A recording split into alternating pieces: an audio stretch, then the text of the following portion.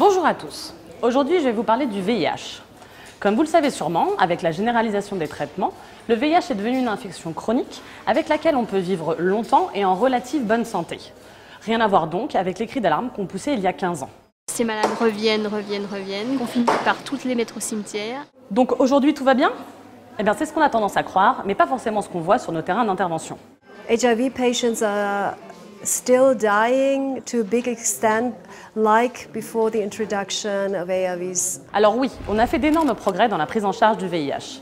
Mais aujourd'hui, en Afrique notamment, des personnes continuent à en mourir. Et je vais vous expliquer pourquoi. Tout d'abord, il faut faire une distinction entre le virus et le syndrome. On peut être atteint du VIH sans être malade du sida.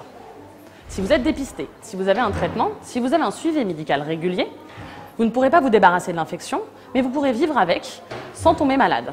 En revanche, si une de ces étapes est sautée, l'infection risque de progresser, vos défenses immunitaires risquent de s'affaiblir et vous pourrez tomber malade. C'est ce qu'on appelle le stade du sida. Il y a 17 ans, lorsque Marilyn, notre chef de mission au Malawi, s'énervait, la situation était simple. Les patients atteints du VIH en Afrique mouraient sans avoir jamais vu un seul médicament. En étant une organisation médicale, on se doit de soigner les gens. Aujourd'hui, 18 millions de personnes sont sous antirétroviraux dans le monde. Eh bien, le problème, c'est qu'il ne suffit pas d'être sous ARV pour vivre en bonne santé. Sinon, le sida ne tuerait pas plus d'1 million de personnes par an. Et en 2015, une équipe d'Épicentre s'est intéressée à ce qui se passait dans les hôpitaux, au Kenya d'abord, puis au Malawi, en République démocratique du Congo et en Guinée. Le résultat est tombé et il a étonné tout le monde. La moitié des patients hospitalisés sont des personnes séropositives. Et la moitié de ces personnes sont des personnes ayant eu accès aux ARV depuis plusieurs années. Alors ces personnes devraient être en bonne santé ? Eh bien non, ça n'est pas le cas. Aujourd'hui, ces personnes sont à un stade avancé de la maladie, avec un grand risque d'en mourir. Quand on prend un traitement à vie, il faut être suivi et soutenu, médicalement d'abord, mais aussi psychologiquement. Si votre traitement se révèle inefficace, vous devez passer rapidement sous un traitement dit de seconde ligne. Et si vous n'arrivez pas à prendre ce traitement, vous pouvez aller voir des conseillers, qui sont souvent des personnes séropositives elles-mêmes, et qui jouent un rôle essentiel auprès des patients. Ça, c'est la situation idéale. Mais au quotidien, les équipes constatent que ça ne se passe pas forcément ainsi. Alors, qu'est-ce qui n'a pas marché ? Qu'est-ce qu'on peut faire aujourd'hui pour améliorer la situation ? Et quels sont les défis que nos équipes doivent relever ? Je vais poser toutes ces questions à David Maman, qui est épidémiologiste chez Épicentre. Mais avant toute chose, je vous propose de retrouver les témoignages de nos patients hospitalisés dans l'hôpital d'Homa Bay au Kenya.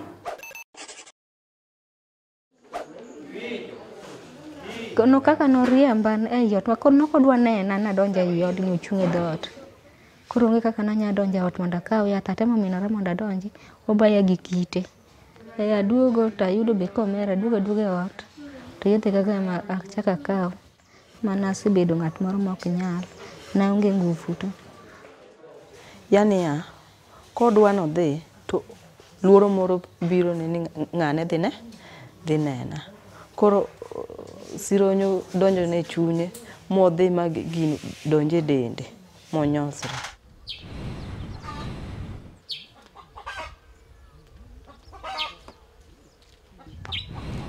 Yath kula tiyogo dog sabedo karito waya konap dhi apuoch manopuoja ne yath kula we sabariti monego amuony yath.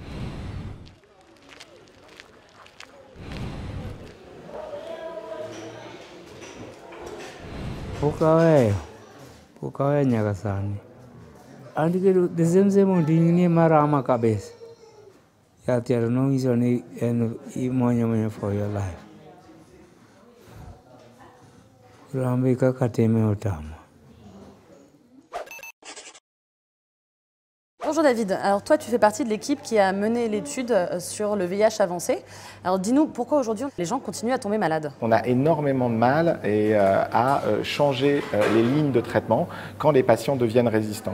En effet, pour changer un patient sous traitement, il faut, de manière assez précoce, il faut avoir accès à ce qu'on appelle la charge virale. Et c'est quelque chose qui n'est pas encore disponible partout en Afrique. Ça nous prend en moyenne 1 an pour changer quelqu'un de la première ligne à la deuxième ligne, ce qui peut leur laisser le temps de retomber malade. Qu'est-ce qui nous empêche aujourd'hui d'avoir accès à tout ça pour aider les patients?